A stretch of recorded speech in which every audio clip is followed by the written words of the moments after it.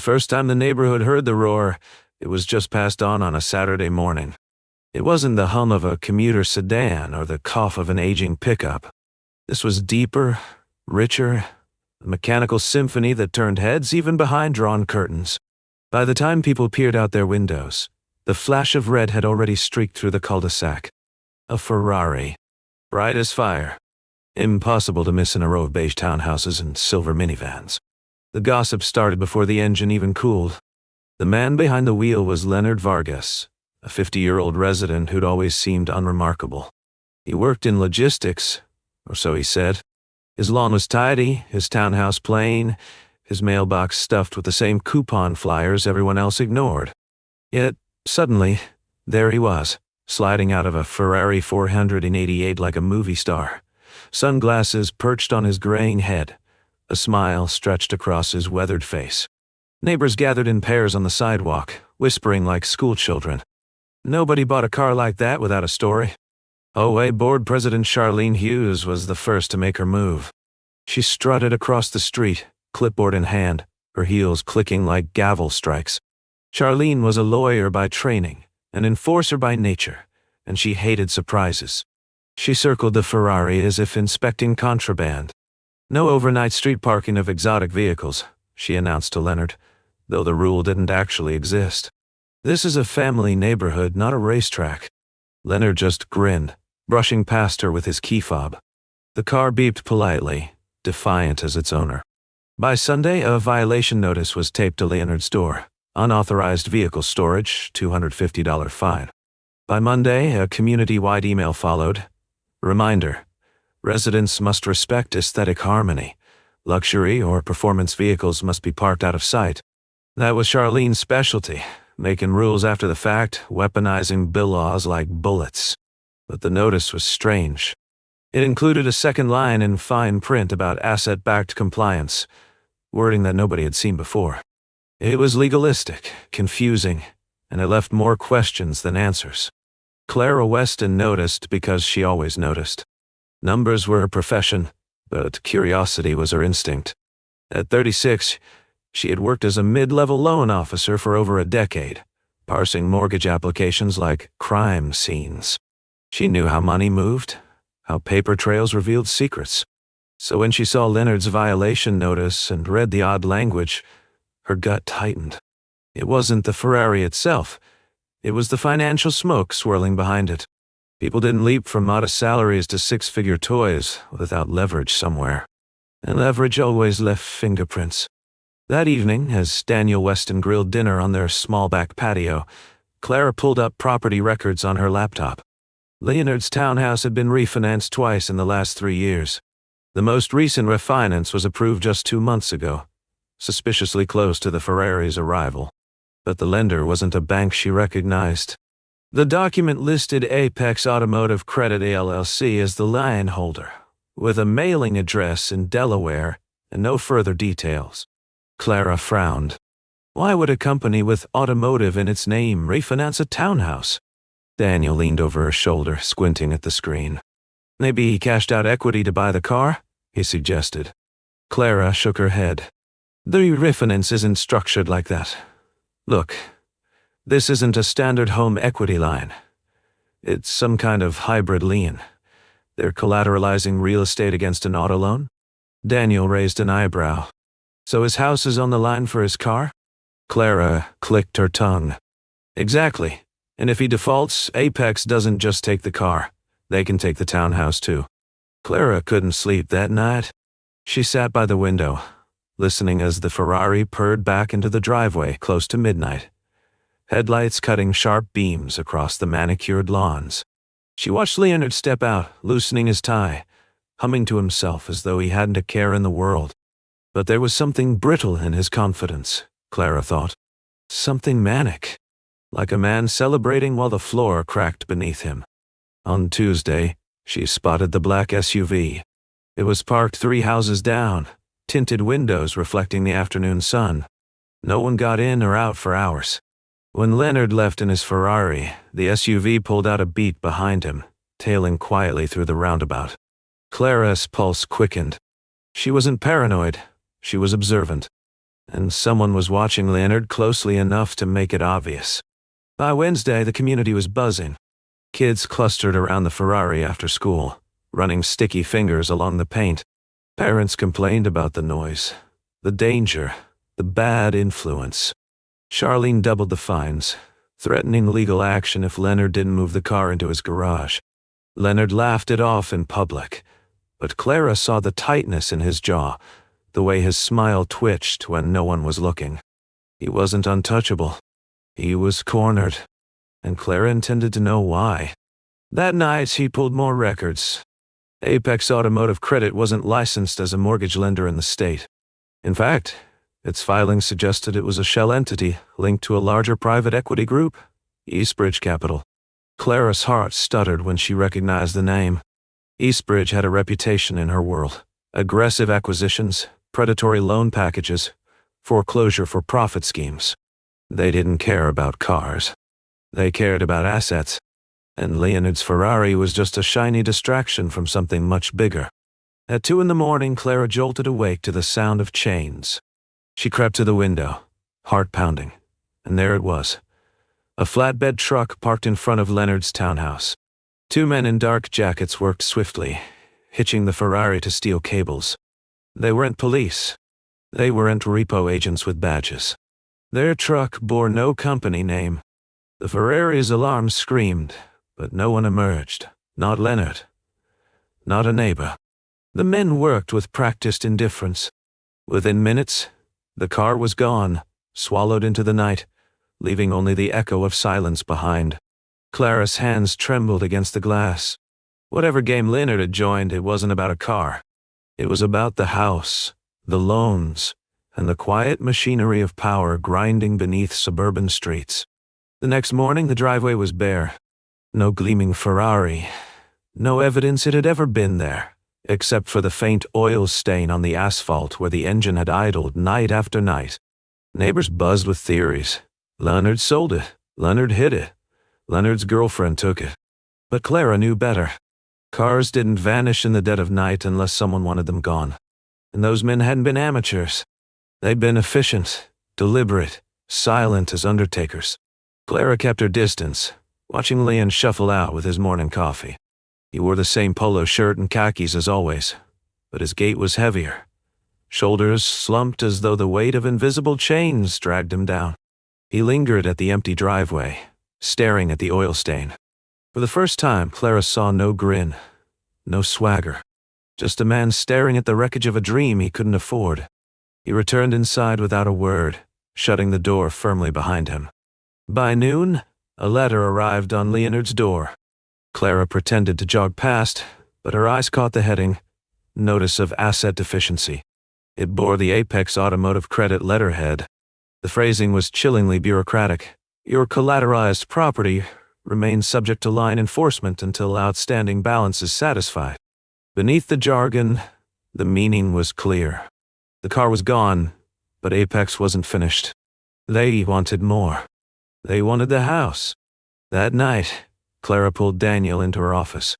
Look at this, she said, pointing at the scanned notice she'd discreetly photographed.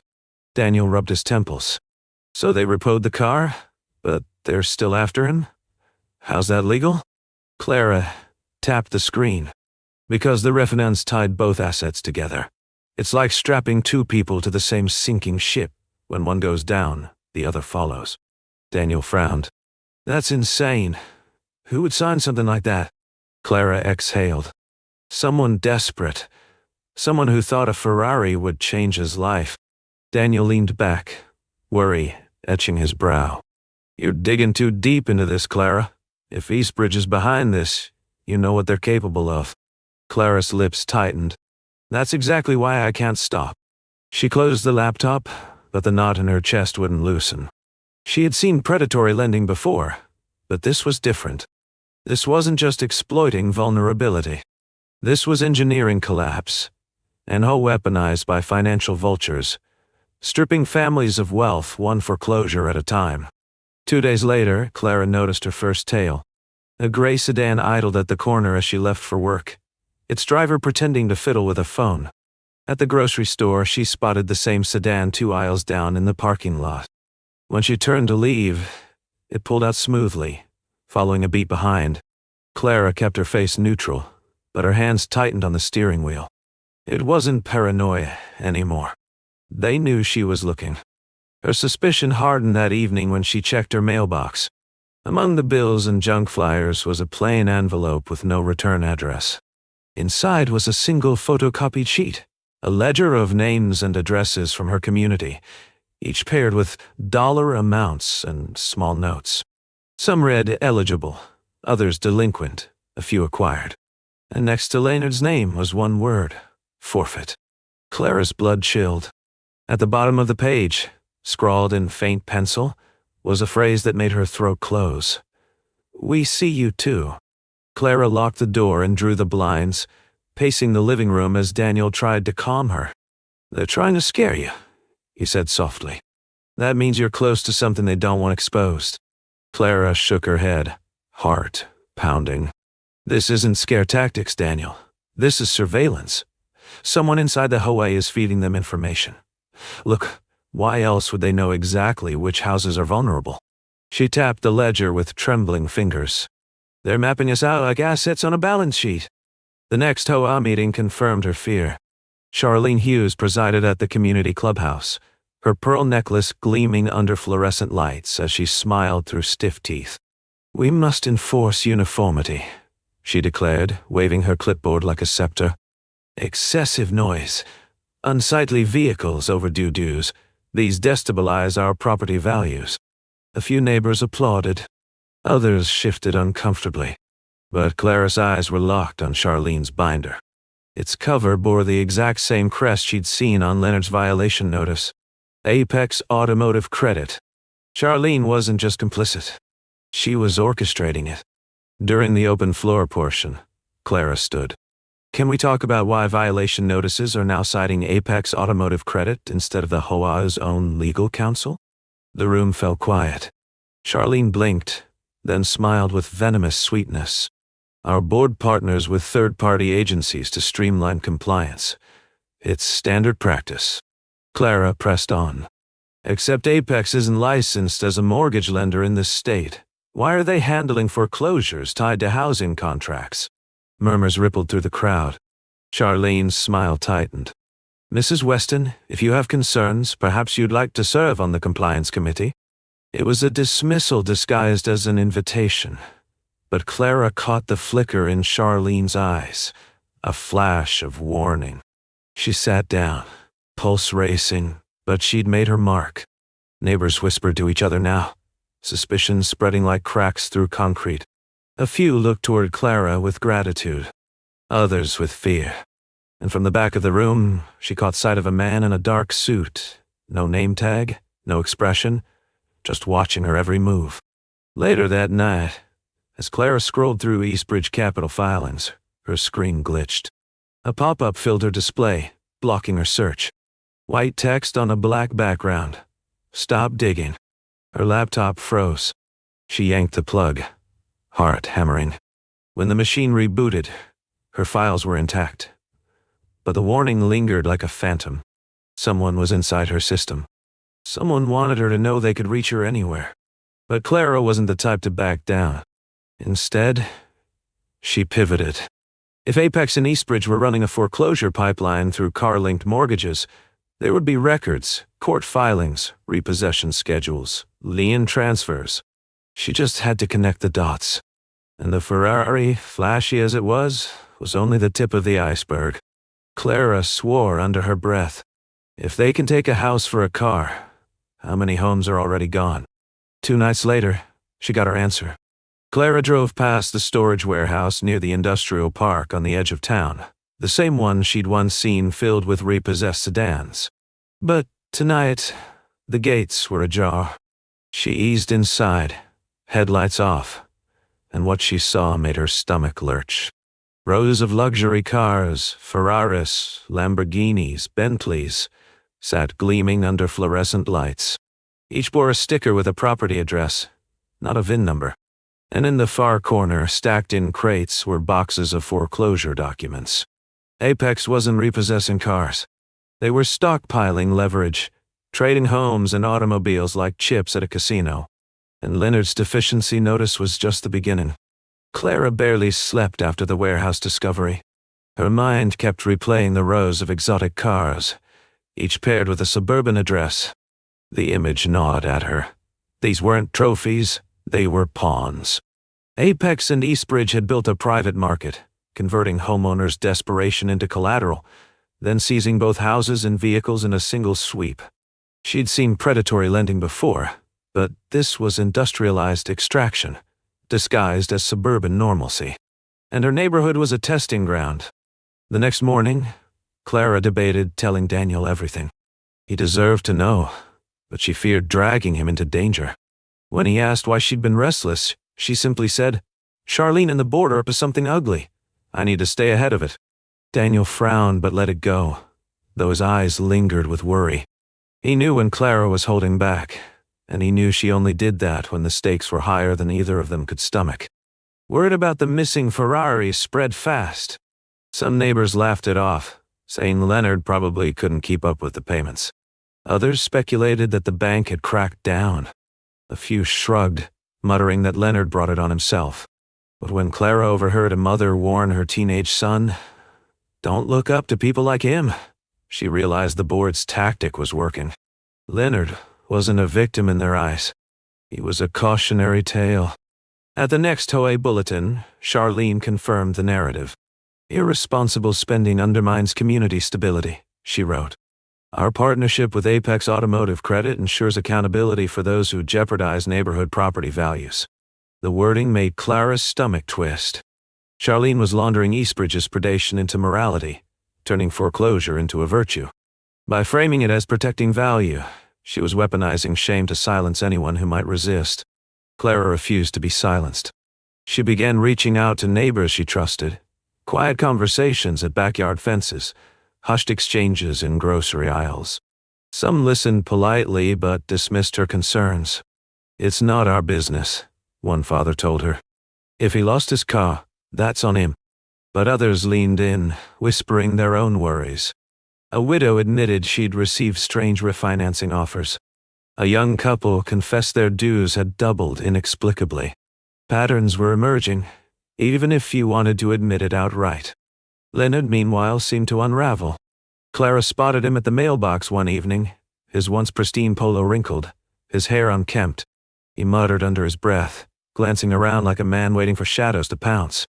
When she approached, he flinched, then forced a brittle smile. "Nice evening, huh?" he said, voice hoarse. Clara nodded gently.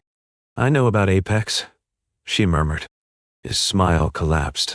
"You don't know anything," he snapped, retreating into his townhouse with a slam of the door. But his trembling hands betrayed the truth. He was drowning, and he knew it. The following week, Clara herself received a notice. Minor landscaping violation, $100. It cited discolored mulch, though her yard was immaculate. A day later, another arrived. Excessive water usage, $150. Then, improper trash bin storage, $75. Each fine came from Apex's letterhead, not the HOA's. Daniel clenched his fists as he read them. "They're coming after us now," he said. Clara swallowed hard. "It's not about the mulch. It's about intimidation."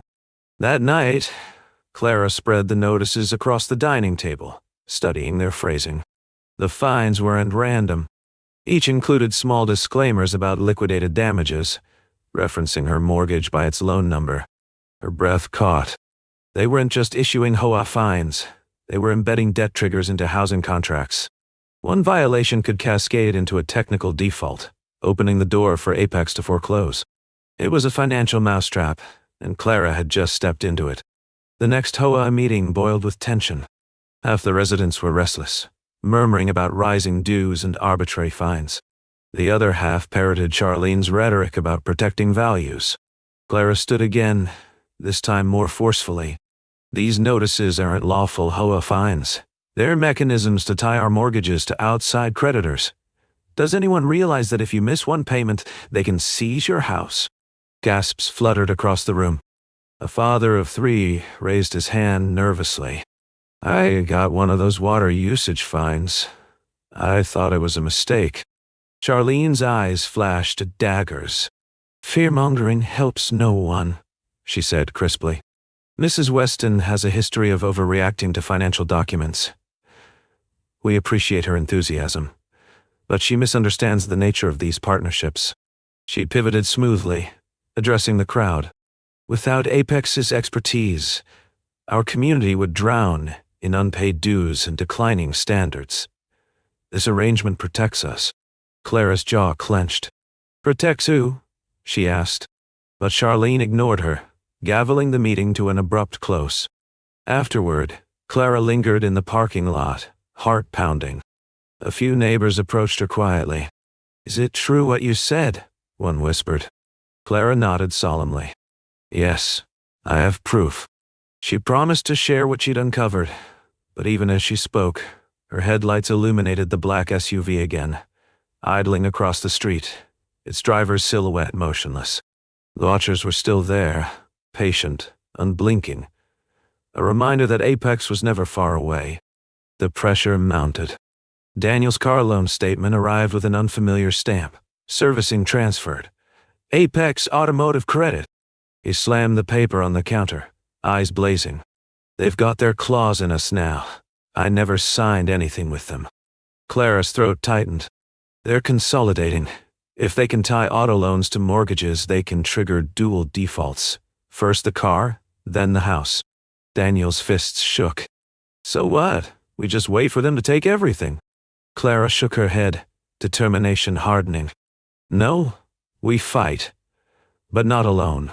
She began drafting a dossier, compiling every violation notice, every refinance record, every Apex connection. She cross-referenced public filings, highlighting Eastbridge's role. The picture that emerged was staggering. Apex issued the sham fines. Eastbridge acquired the distressed mortgages, and Charlene's HOA board provided the legal veneer. It wasn't incompetence. It was a business model, turning neighborhoods into foreclosure farms, harvesting assets through engineered defaults. One evening, Clara slipped her dossier to the widow who had confided in her. Share this with others, she urged. We need numbers on our side. The widow's hands trembled as she took the folder. They'll retaliate, she whispered. Clara's voice was steady. They already have, but if we stay silent, they'll win. As the widow departed, Clara caught sight of movement by the hedges. A man with a camera, snapping photos of her porch. She stormed out, but by the time she reached the street, he was gone, swallowed by the shadows. The following weekend, Clara's worst fear materialized. Leonard's townhouse bore a red tag, notice of foreclosure, property seized. Neighbors gathered in hushed clusters, staring at the bold letters plastered across his door. Leonard himself was nowhere to be seen. His blinds were drawn, his mailbox stuffed with unopened mail. Clara's chest tightened as she read the document. Apex had repossessed his house not through court proceedings, but through a covenant enforcement mechanism, a clause buried in the HOA laws that Charlene had amended months earlier. It wasn't just Leonard's Ferrari they'd taken. It was his home. And as Clara stared at the red tag, her phone buzzed with a new message from an unknown number. A single sentence glowed on her screen. You're next. Shy. Clara stared at the message on her phone until the letters blurred. You're next. Her pulse thundered in her ears. It wasn't a bluff. Apex had already taken Leonard's Ferrari, then his house. They had worked through Charlene's amended bylaws like executioners wielding legal knives. Now, Clara was in their crosshairs. She set the phone down, forcing her breath to steady. Fear wouldn't save her. Evidence would. The next morning, Daniel found her already at the kitchen table. Papers and screenshots spread like a crime board. You didn't sleep, he said softly. Clara shook her head. I can't. They're accelerating their playbook. Leonard's foreclosure was a warning to everyone else. If we don't cut them off now, half this neighborhood will be gone within a year. Daniel squeezed her shoulder. Then let's expose them, but carefully. Promise me that. Clara hesitated, then nodded. Carefully. But her definition of careful had already shifted. That afternoon, Clara received a notice that froze her blood. Delinquency warning. Auto loan account. It bore Apex seal. Except she and Daniel owned their cars outright. No liens, no loans, nothing. The notice claimed otherwise, listing fabricated balances and threats of repossession. Daniel cursed under his breath. They're fabricating accounts now? Clara's jaw tightened. They're setting up the paper trail. Once they repossess the car, they'll argue we defaulted and trigger the mortgage clause. They're manufacturing default out of thin air. 2 nights later, Clara's fear became flesh. A rumble outside woke her at 2 a.m. She peered through the blinds and saw a tow truck idling by their driveway. 2 men stepping out in dark jackets. One crouched near Daniel's sedan, working a hydraulic lift. Clara grabbed her phone and stormed outside. "Get away from our property!" she shouted, her voice cutting through the night. The men barely glanced at her. "Repossession order," one grunted. Clara snapped a photo. "That's fraud. This car isn't financed." The man smirked. "Not my problem, lady. We just take what we're told." Daniel barreled out behind her, fury boiling over. "You touch that car and you'll regret it." The men paused, sizing him up. For a tense moment, it looked like fists would fly. Then, as neighbors' lights flicked on, the repo crew retreated to their truck, muttering curses.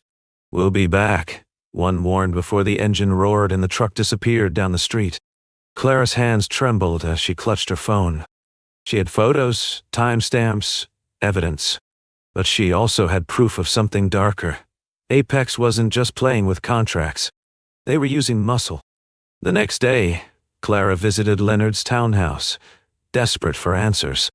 The red foreclosure tag still flapped on the doorframe, but inside the place was eerily quiet. She knocked until her knuckles hurt, then tried the handle. It was locked. Just as she turned to leave, she heard a whisper behind her. Leonard, gaunt and hollow-eyed, peeked from the alley. "You shouldn't be here," he hissed. Clara's heart lurched. "Leonard, you're still here? What happened?" He glanced around nervously before motioning her deeper into the alley. Up close, Leonard looked like a ghost of the man who once strutted beside a Ferrari. His hands shook, his eyes darted constantly. "They took everything," he rasped. "The car, the house, my accounts. They said I owed more than I ever borrowed. I tried to fight, but every lawyer laughed me out of the room. Contracts were airtight." Clara swallowed hard. "Apex? Eastbridge?" Leonard flinched at the names. "They own the paper. The HOA feeds them the violations, and then they squeeze. It's not about cars, Clara. The cars are bait. They lure you into a loan you can't win. Then they flip the lien and take the house. It's a cycle." Clara leaned closer. "Why did you sign it? Why risk everything for a car?" Leonard's eyes glistened with shame. "Because they told me it was safe. They showed me projections, fake appraisals. Said my townhouse value was climbing. Said the loan was tax advantaged. They made me feel like I was leveling up, like I finally had status. I thought the Ferrari was proof I wasn't invisible. Instead, it was the trap." His voice cracked. "Now I'm finished. And you'll be too if you keep poking them." Before Clara could respond, Leonard stiffened. A black SUV turned the corner, rolling slowly down the street. His eyes went wide. "Go," he whispered urgently. "Don't let them see you with me." Then he vanished into the shadows, leaving Clara trembling in the alley. The SUV crawled past, tinted windows hiding whoever watched from inside. Clara forced herself to walk calmly to her car, every instinct screaming that she was being marked. Back home, she threw herself into research. She uncovered foreclosure records tied to Apex across 3 states, all with the same pattern. Luxury cars tied to hybrid loans, followed by rapid repossessions and home seizures. It was a pipeline feeding Eastbridge's property portfolio. They weren't after the cars. They were after the houses, bundled into real estate investment trusts, sold to distant investors who never saw the neighborhoods they hollowed out. Apex was the scalpel, Eastbridge the surgeon, and Charlene the willing nurse. But knowledge wasn't enough anymore. Clara needed a weapon. She contacted a local investigative journalist she knew from college, a dogged reporter named Marcus Lane. "Meet me," she texted. "I have a story that will blow your mind." They met in a coffee shop off the interstate, Clara handing him a flash drive under the table. Marcus scrolled through the files, eyebrows climbing. "This is massive. You're telling me a private equity firm is laundering foreclosures through a neighborhood hoe?" Clara nodded grimly. "Yes, and they'll keep doing it till someone stops them." Marcus promised to dig, but even as he spoke, Clara's phone buzzed again. Another unknown number. This time a photo appeared, her and Daniel outside their house, taken that very morning. Her blood turned to ice. Marcus frowned. "What is it?" Clara slid the phone across the table. "They know. They're watching everything." Marcus looked grave. "Then we need to move fast." That evening, Clara found Daniel pacing the living room. "We can't stay here," he said flatly. "It's not safe. They're escalating. First fake loans, then repo crews, now surveillance. What's next?" Clara shook her head. "If we run, they win. They'll roll through this community unchecked. Leonard's gone. We're next, unless we make this too big to bury."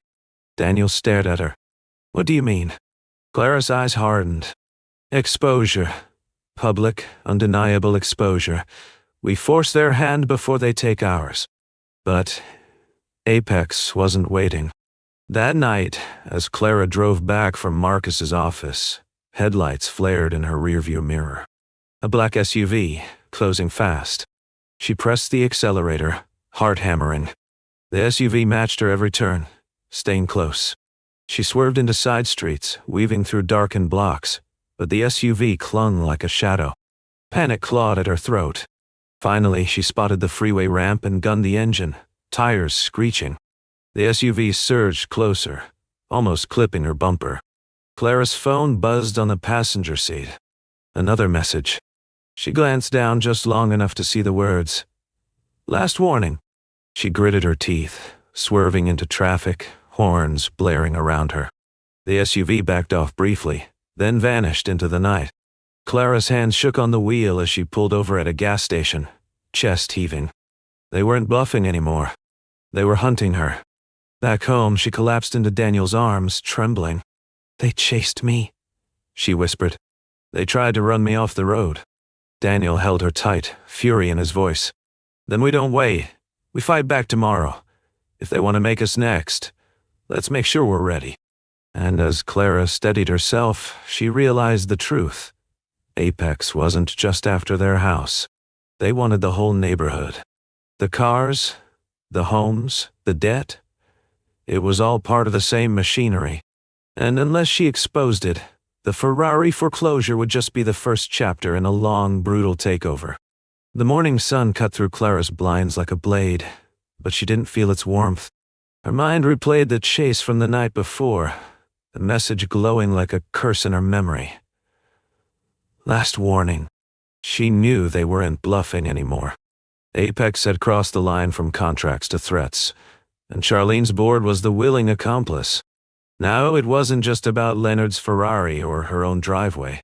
It was about the entire neighborhood being gutted and sold off to the highest bidder. And if Clara didn't act today, it would all vanish tomorrow. At the kitchen table, Daniel spread out documents like a general mapping a battlefield. "Marcus is ready to publish," he said, tapping his laptop. "But he needs something undeniable.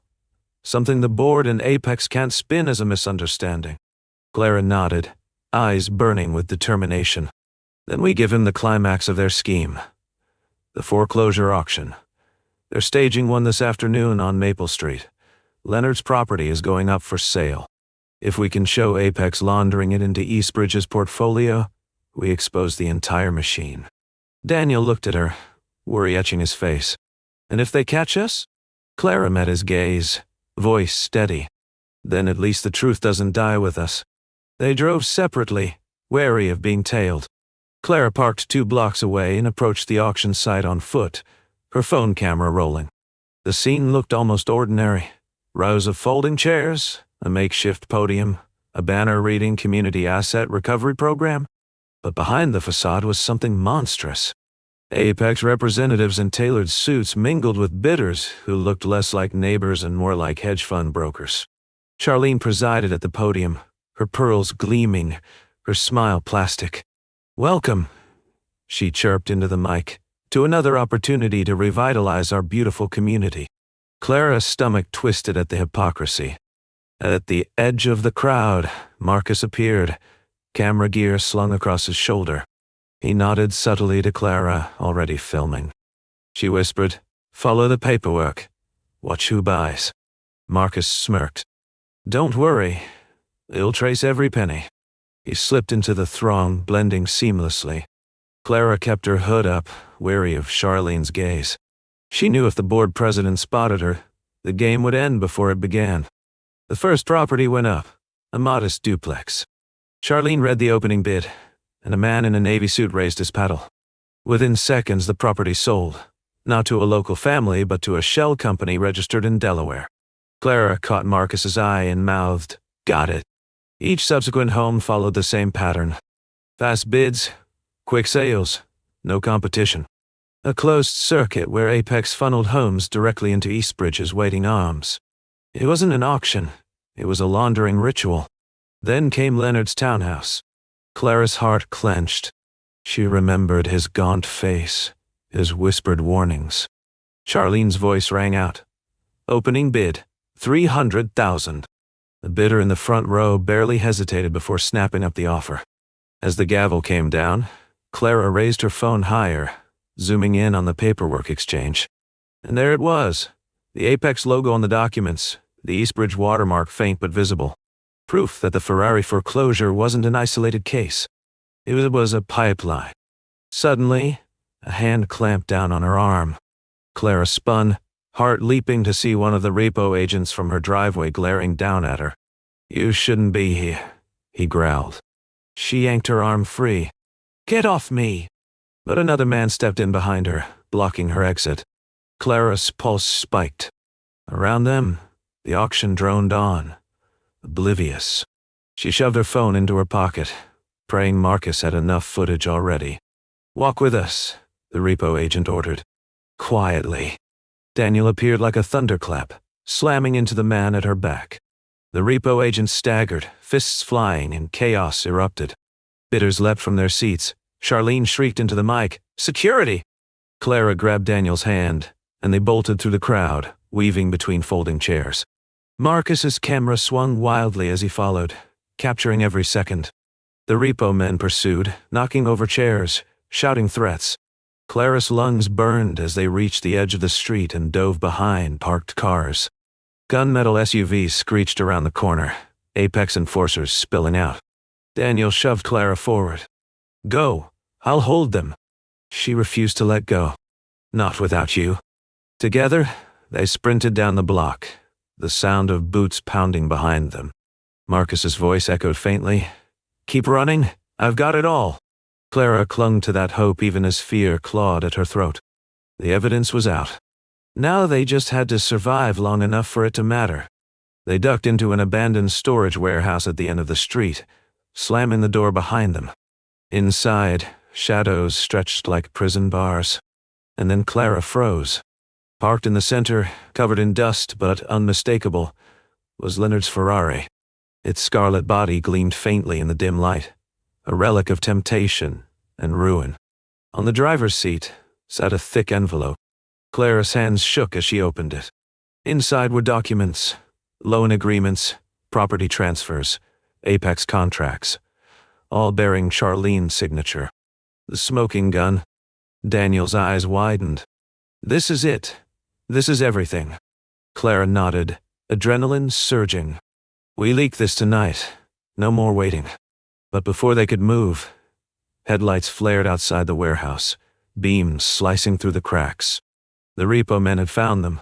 Doors slammed. Heavy footsteps approached. Clara stuffed the envelope into her jacket, heart racing.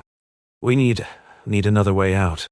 Daniel scanned the shadows, spotting a side door half buried in debris. There. They scrambled toward it, just as the main door creaked open. They burst into the alley, sprinting into the night. Behind them, voices barked orders, and boots thundered in pursuit. Clara clutched the envelope like a lifeline, refusing to let go. She and Daniel dodged through back streets until finally, breathless and shaking, they reached Marcus's car. He yanked the door open, shouting, "Get in!" Tires squealed as they peeled away, Apex SUVs fading in the rearview. Clara collapsed against the seat, chest heaving, the envelope still clutched in her hands. For the first time, she allowed herself a flicker of hope. That night, Marcus uploaded the footage and documents to every major outlet he could reach. Within hours, headlines blazed. Private equity firm using HOA to launder foreclosures. Luxury cars tied to housing seizures. Ferrari foreclosure scandal rocks suburbia. News vans rolled into their quiet neighborhood, reporters swarming the gates. Charlene tried to spin the story as miscommunication. But the contracts spoke louder than her pearls ever could. A week later, federal investigators descended. Apex offices were raided, Eastridge executives subpoenaed. Charlene herself escorted from a board meeting in handcuffs. Residents gathered on lawns, whispering in disbelief as the empire crumbled before their eyes. Leonard reemerged, hollow but free, watching as strangers in suits dismantled the machine that had stolen his pride. Clara stood with Daniel and Marcus, exhaustion in her bones, but vindication in her chest. They had done it. They had broken the cycle.